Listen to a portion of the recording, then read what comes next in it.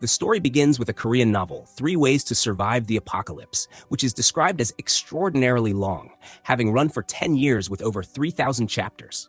In the beginning, many people read it, but due to its length and difficulty, everyone gradually abandons it. Finally, only one reader remains, reading the last chapter, and his name is Kim Dokja. Dokja is a simple, solitary boy who finds morale and courage in the novel whenever he faces problems in his life, from bullying to job stress. The novel's hero, Yoo Jung-hyuk, possesses the power of regression, meaning he can go back in time after dying to save the world from destruction. Dokja likes the story because Jung-hyuk's struggle gives him the courage to survive his own boring life. The day the novel is supposed to end, Dokja is on the subway, heading home from his office.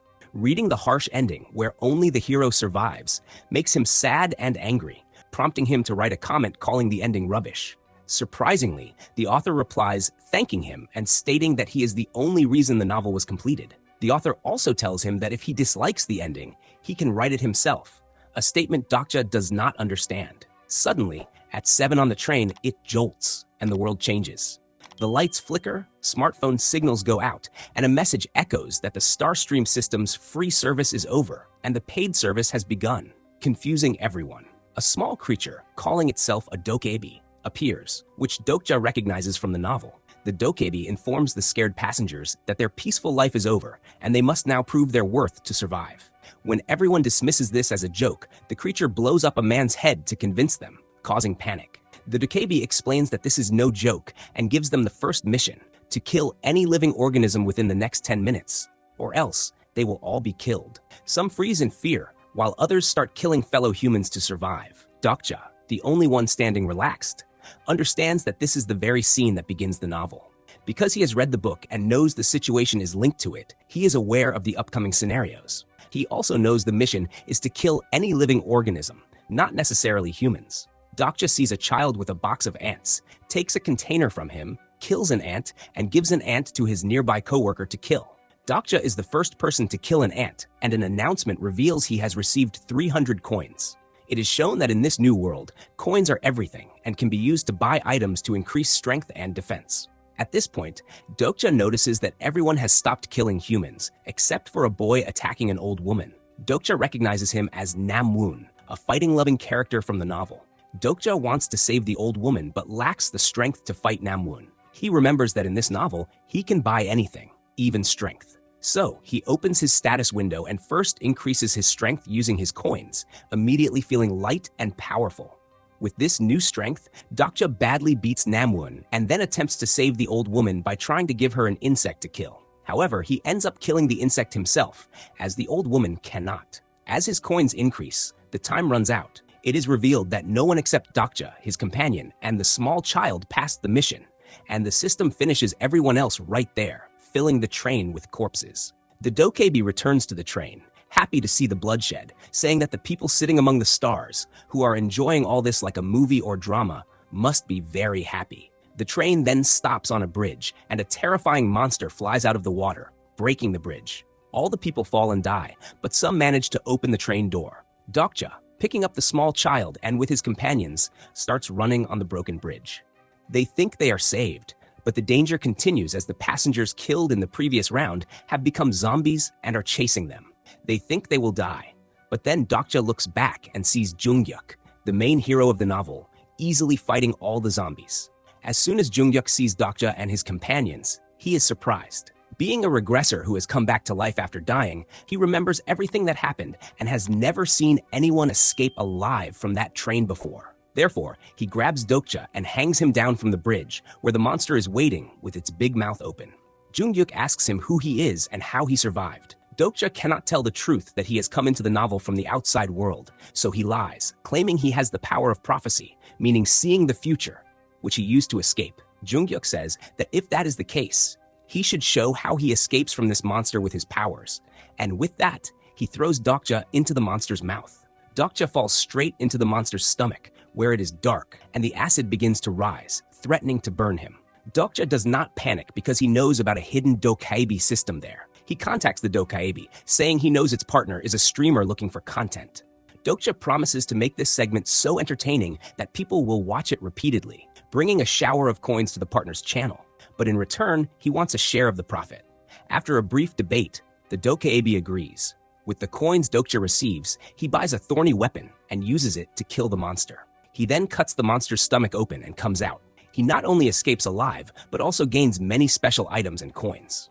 He trades his special items through the Dokebi creature for the Ether of Faith, knowing it will be very useful to him. After that, he takes a mask to hide his identity and goes to the nearest safe station. On the way, Dokja sees thugs attacking a girl. He recognizes her as a character from the novel who died at the beginning, but he decides to change the story. With courage and his purchased strength, he fights all the thugs and saves the girl. Hee-won thanks him for saving her life and decides to go with him. They reach a station together where they see many other survivors gathered. However, a corrupt man is running this station, ostensibly helping everyone, but in reality, he is taking advantage of people by selling weak people as prey for monsters to earn coins for his own survival. Dokja already understands this man is a cheat. When they try to befriend Dokja and ask him to share his coins, Dokja flatly refuses, making the people here think he is selfish.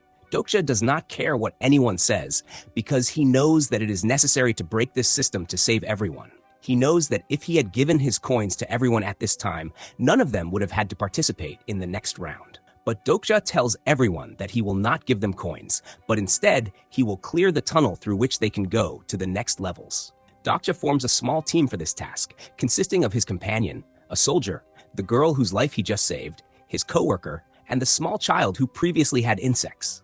Dokja knows the child will be very useful because he has the power to talk to insects. These people descend into the dark tunnel, where they face a monster named Ground Rat, which is actually a demon. This fight is very dangerous. The monster attacks them with a poison that sends them into hallucinations, trapping them in bad memories, moments of life that always used to bother them. The soldier sees the vision where he could not save his companions in the army. Hee-won sees the thugs who had attacked her. In this way, everyone who has a bad memory freezes in fear.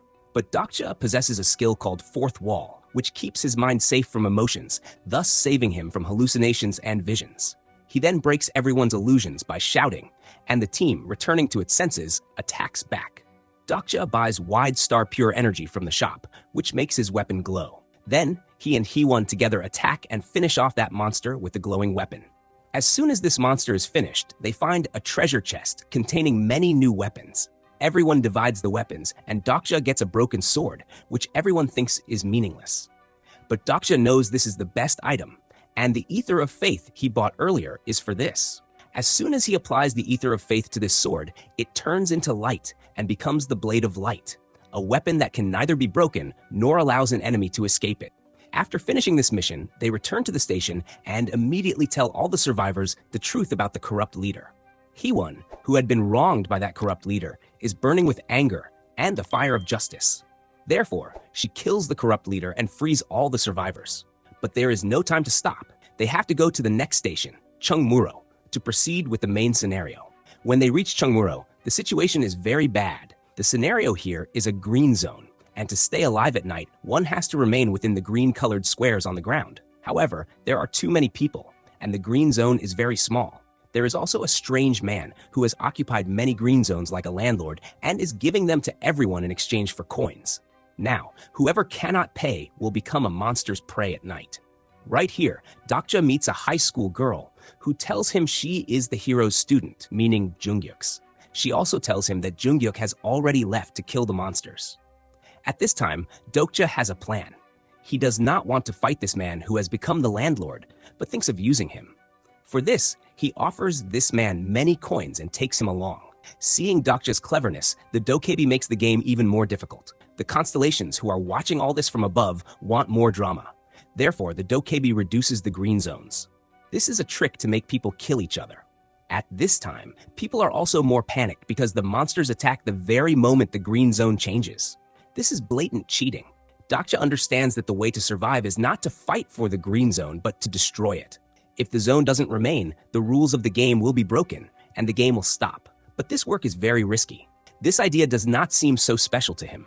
And now he looks at the monster. He thinks that if he kills the boss of these monsters, this scenario will end very quickly. But the queen of all these monsters, the boss here, is no ordinary monster. She is a terrifying dragon.